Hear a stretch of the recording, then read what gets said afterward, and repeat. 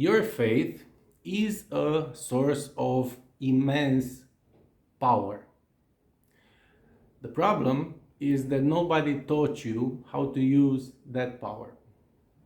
Hi, if you have no idea who I am, my name is Claudiu Manea. I'm a psychologist and a therapist.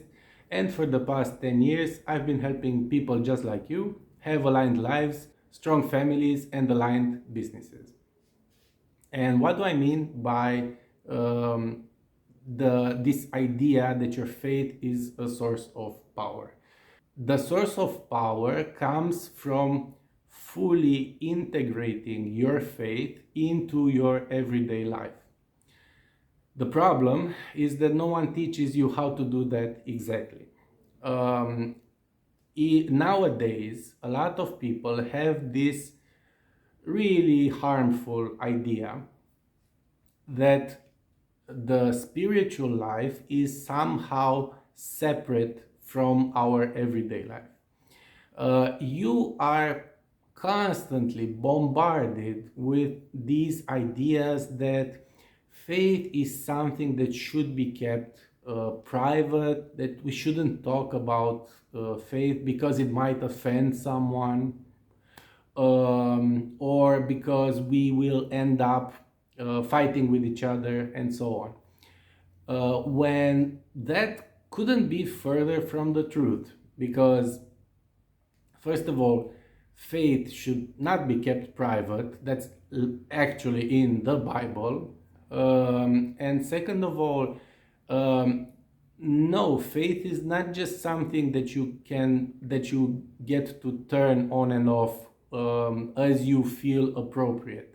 You are a spiritual being all the time, not just on Sundays or just when you're in church and so on.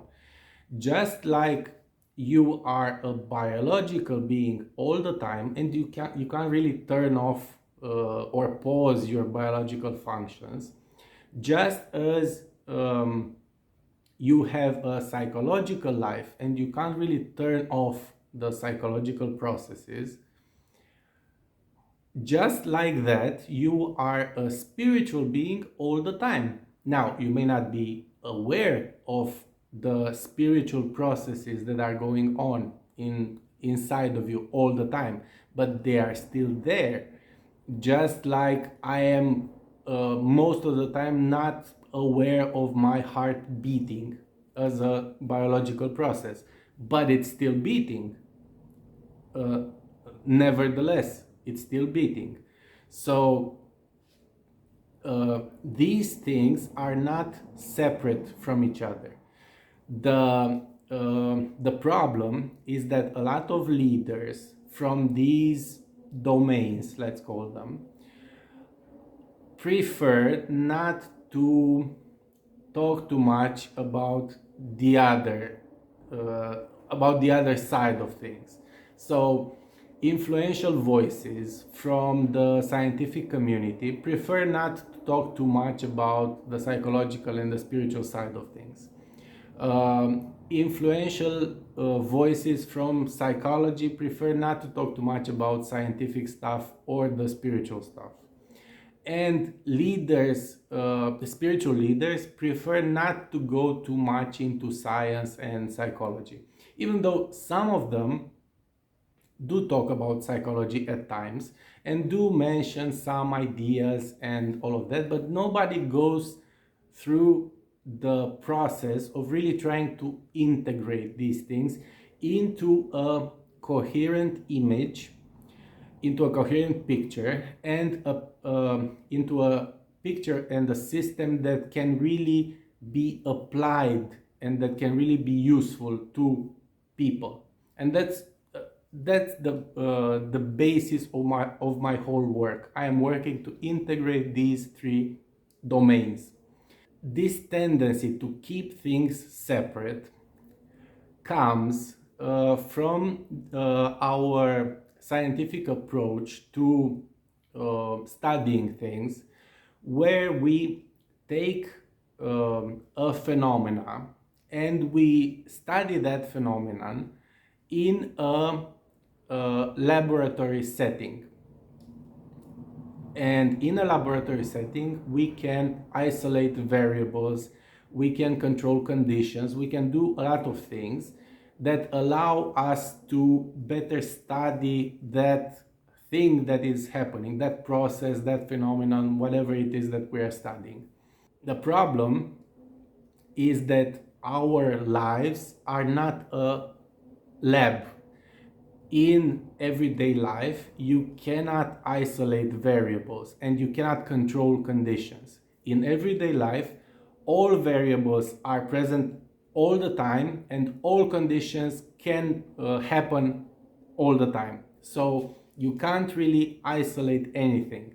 This idea of isolating things is done, like I said, in order to better study that something and in order to be able to explain it without getting bogged down in all of the details and in all of the bigger picture. But that's not real life. That's laboratory settings. And in our lives, like I said, all things happen all at once. And we need to acknowledge that and to act accordingly. So we are not living in a lab. All conditions and all variables are present all the time. We are at the same time and all the time biological, psychological, and spiritual beings.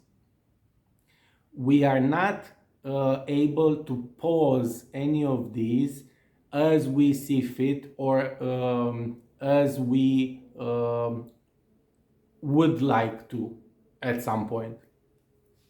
So that's the point of this, that because you are not integrating all of these things together and you are considering them to be separate from each other, your faith cannot act as a power source because you do not relate it to everything else.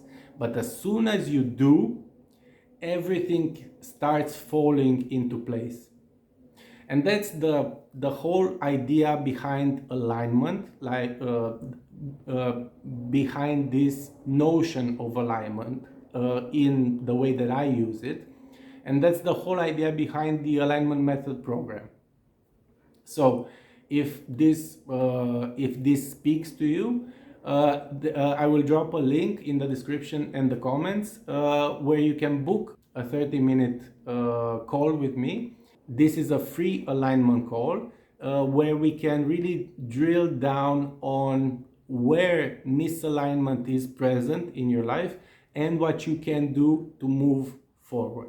So if you're interested and you think it's going to be useful to you, I look forward to meeting you and to helping you see a way forward. So that's what I had for you today. Thank you very much for taking the time to listen to this and making it up until the end. And I hope you have a great day moving forward. Bye.